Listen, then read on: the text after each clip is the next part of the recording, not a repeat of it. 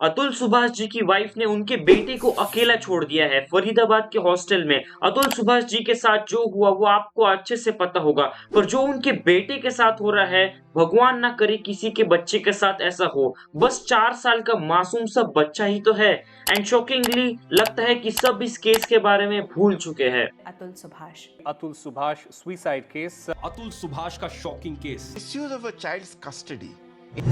अतुल सुभाष जी के बेटे फरीदाबाद में अकेले हैं। जिस स्कूल में ये लड़का पढ़ता है, उन्होंने क्लेम किया कि कोई भी उसे लेने नहीं आया क्रिसमस की छुट्टियों के टाइम पे। मतलब जरा सोचिए, एक 4 साल का बच्चा जिसे नर्सरी राइम्स और गेम खेलने चाहिए, वो एक शहर में अकेला है और उसके साथ उसका कोई अपना है ही नहीं।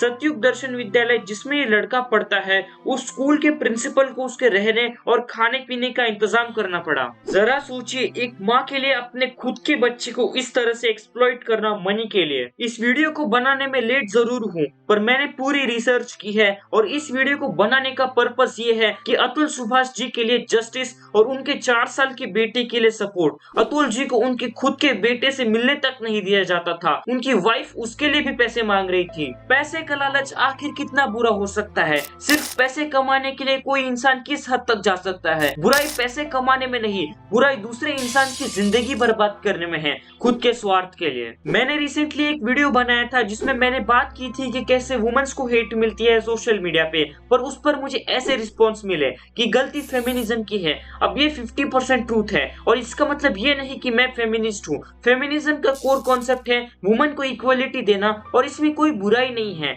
हमारे खुद के देश में बहुत से वुमेन्स हैं जो इसका प्रमाण है, जैसे झांसी की रानी जो अपने बच्चे को पीठ पे रख के वॉर लड़ती थी, और सावित्रीबाई फुले जी जिन्होंने वुमेन्स को एजुकेट करना शुरू किया। सोचो, एक ऐसा देश जो माँ सरस्वती को देवी के तौर पे पूजता है, वहाँ पर लड़कियों को एजुकेशन नहीं मिलता। तो सारे इंडियन वुमेन्स को थैंकफुल होना चाहिए इनके लिए। और आज के जमाने में हम देखते हैं कि निकिता सिंघानिया जैसे औरतें एजुकेटेड होने के बावजूद ऐसे काम करती है। अब इंटरनेट पर आपको ऐसे एक्सट्रीमिस्ट मिलेंगे जो कहेंगे कि सारी वुमेन सेम है, वुमेन को एजुकेट नहीं करना चाहिए। आलोक मौर्य केस के बाद लोग लिटरली कमेंट कर रहे थे कि बेटी पढ़ाओ बीवी नहीं, और सिमिलर चीज वुमेन्स ने भी की थी आर्जिकर केस के टाइम पे। कुछ वुमेन्स बोल रही थी कि all man are the same, कि मैन तो जानवर होते हैं।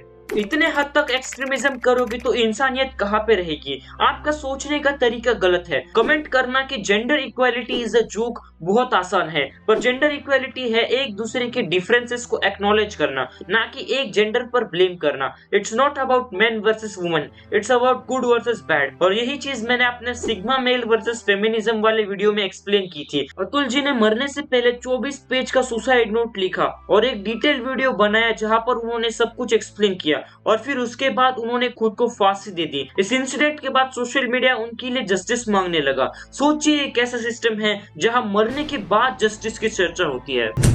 जरा सोचिए, उनके खुद के बेटे को उनके अगेंस्ट यूज किया जाता है उनसे पैसे निकालने के लिए। उन्होंने ये भी कहा था कि वो अपने बेटे के लिए जान दे सकते थे, पर सैडली आज वो अपने बेटे के कारण जान दे रहे हैं। निकिता सिंघानिया ने खुद को as a single mother identify किया, कहते हुए कि वो सोल गार्डियन है अपने बेटे की। कौन सी माँ अपने बेटे को एक हॉस्टल छोड़ाती है बिना ये सोचे कि उस पर क्या बीत रही होगी? इन दोनों की शादी 2019 में हुई थी और उसके बाद निकिता के फादर की डेथ हो गई थी। कोर्ट में निकिता ने कहा कि उनके फादर की डेथ अतुल सुभाष के फैमिली के कारण हुई थी, क्योंकि वो 10 लाख की दहेज मांग रहे थे। जरा सोचिए, ऐसे ही अपने हस्बैंड पे मर्डर और डाउरी के चार्जेस लगा दिए। फिर बाद में निकिता ने माना कि ये क्लेम्स फॉल्स है और उनके फादर की मौत हार्ट अटैक से हुई थी। जाहिर सी बात है कि उन्होंने कोर्ट में बढ़ा चढ़ा के झूठ बोला है ताकि वो इनोसेंट लग सके। अतुल जी की वाइफ ने कोर्ट में आके 3 करोड़ की डिमांड की और फिर जज बोलती है कि तुम्हारे पास होंगे इतने पैसे तभी तो मांग रही है।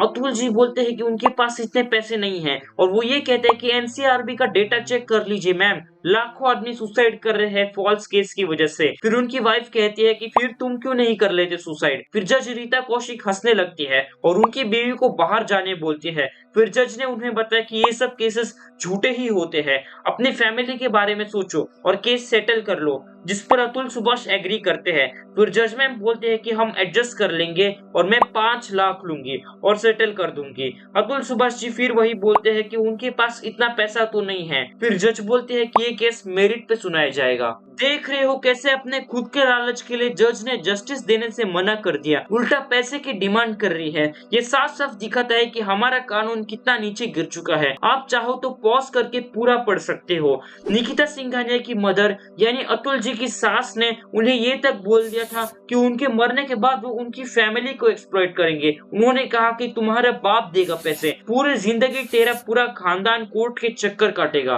और 9 दिसंबर 2024 को वो हो गया जो नहीं होना चाहिए था। अतुल जी ने अपने अपार्टमेंट में सुसाइड कर ली और अपने साथ एक 24 पेज का डॉक्यूमेंट और वीडियो छोड़ के चले गए। जरा सोचिए, वो इंडिया के जस्टिस सिस्टम से इतना थक चुके थे कि उन्होंने इलॉन मस्क और डोनाल्ड ट्रंप को टैग किया और सोशल मीडिया पर बवाल उठ गया। सब लोग अतुल जी को सपोर्ट कर रहे हैं, पर कुछ सूडो फेमिनिस्ट हैं जो इस केस की बात करने के बजाय फेमिनिज्म की ही बातें कर रहे हैं। पर अब तो ऐसा लग रहा है कि लोग भूल चुके हैं इस केस के बारे में। और निकिता सिंघानिया, उनकी मां निशा सिंघानिया और उनके भाई अनुराग को अरेस्ट कर लिया गया था और उन्हें बेल भी मिल चुकी है।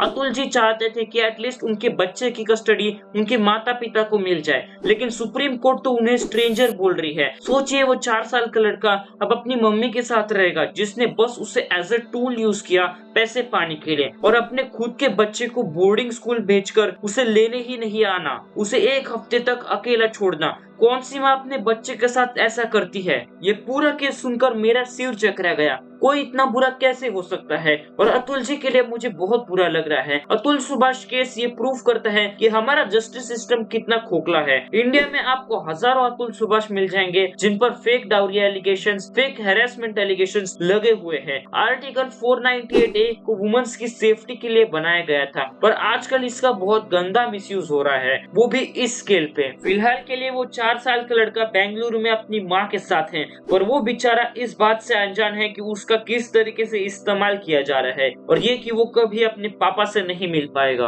हर साल अतुल सुभाष जैसे केसेस आते रहेंगे और पब्लिक कुछ देर के लिए प्रोटेस्ट करेगी और फिर जस्टिस ना मिलने पे सब भूल जाएंगे इसके बारे में, क्योंकि हमारा जस्टिस सिस्टम इतना बेकार है, लॉ इतना चीप है जिसे खरीदा जा सकता है। इसका एग्जाम्पल आपको पुणे पोर्श केस तो याद ही होगा। एक अंडर एज लड़के ने जान ली थी 2 लोगों की। अब वो लड़का फ्लाइट पकड़ के फॉरेन भी चला गया। और आरजीकर केस का वर्डिक्ट आना अभी बाकी है। और बदलापुर केस जहाँ पे 2-4 साल की बच्चियों का हुआ था, एटलीस्ट बदलापुर केस को जस्टिस मिल चुका है, क्योंकि अक्षय शिंदे जिन्होंने ये काम किया था उनको पुलिस ने इनकाउंटर कर दिया। Much respect to the police officer. तो मैं अपने सारे व्यूअर्स से माफी मांगना चाहता हूँ कि मैं अतुल सुभाष केस पर वीडियो बनाने में लेट हो गया, और मैंने पूरी ट्राई की अच्छे से रिसर्च करके प्रेजेंट करने की। इस बार मैं लाइक और सब्सक्राइब करने नहीं बोलूंगा, और हो सके तो इस वीडियो को ज्यादा से ज्यादा लोगों तक शेयर करो, ताकि उन्हें भी पता चले कि अतुल सुभाष और उनके बेटे के साथ क्या हुआ है। लेकिन मैं फिर बोलूंगा कि मैन वर्सेस वुमन नहीं, राइट वर्सेस रॉन्ग का मैटर है। तो इस वीडियो पे क्लिक करो जहां पे मैंने सिग्मा मेल और फेमिनिज्म की बात की थी।